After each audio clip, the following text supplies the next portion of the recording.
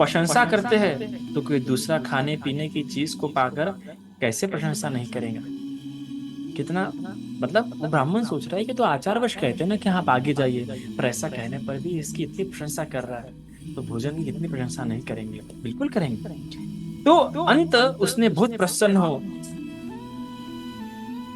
तो अंत उसने बहुत प्रसन्न हो अपने ही लिए तैयार किए गए भात से कलछी भर भात और उसी के बराबर व्यंजन भिक्षा दिलवा कर कहा, इतनी भिक्षा आप प्रतिदिन पाया करें। देखिए, वो श्रद्धा देख के, वो भिक्षु का मन देख के भी उपासक को इतना अच्छा लगा कि जो उसके लिए खाना बनाया था वो खाना मात्रा में लेके उनके पात्र में डाला और कहा कि आज से रोज आपके लिए यहाँ ये भोजन रहेगा और आप यहाँ से लेके ही जाइए रोज। क्या वचन, ये वचन, और हमारे भी ऐसे वचन होने चाहिए वर्षावास में विशेषता कि यह है तो मेरे तरफ से आपको मिलेगा ही मिलेगा वर्षावास में। उस दिन के बाद वह ब्राह्मण उस भिक्षु के आने पर उसके शांत भाव को देख बड़ा प्रसन्न होता था।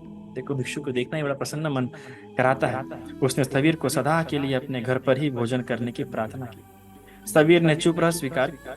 उसके बाद प्रतिदिन भोजन करके जाने के समय कुछ न कुछ भगवान बुद्ध के उपदेश को कहकर स्थवीर रोहन चले जाते थे। इस प्रकार से हमेशा कुछ ना कुछ भगवान के उपदेश, देखो आप भोजन दे रहे हैं, आप दान दे रहे हो, तो आपको भगवान की वाणी सुनने के लिए मिलती है और आपका मन प्रसन्न होता है कि अरे ये जो मैंने, मतलब मैंने जहाँ दान दिया, जहाँ सत्कार किया, गौरव किया, उनके पास ही इतने अद्भुत वचन सुनने के लिए मिल रहे हैं, मेरा तो कल्याण ही है।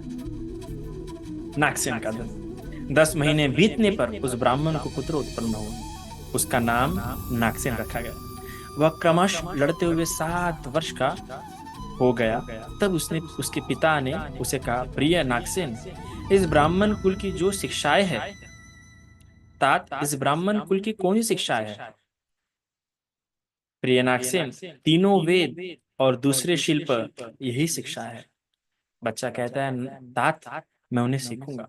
तब सुनुत्तर ब्राह्मण किसी ब्रह्म आचार्य की एक सहस्त्र मुद्राएं गुरु दक्षिणा दे अपने भवन के एक योग्य स्थान में आसन लगवा बोला, हे ब्राह्मण, आप नागसेन को वेद पढ़ावे। बच्चे का नाम नागसेन रखा गया था और उसके लिए एक शिक्षक लाया गया था जो उसे 3 वेद और शिल्प सिखाए। आचार्य उसे वेद मंत्रों को पढ़ाने लगा। बालक नागसेन ने एक ही आवृत्ति में तीनों वेदों को कंठस्थ कर लिया और भली बात समझ भी लिया। अद्भुत बालक, अद्भुत गुण होते हैं उनमें। तो देखो, बहुत जल्दी उन्होंने तीनों वेदों को भी कंठस्थ कर लिया। स्वही उसे तीनों वेदों में एक प्रत्यक्ष अंतर्दृष्टि उत्पन्न हो गई।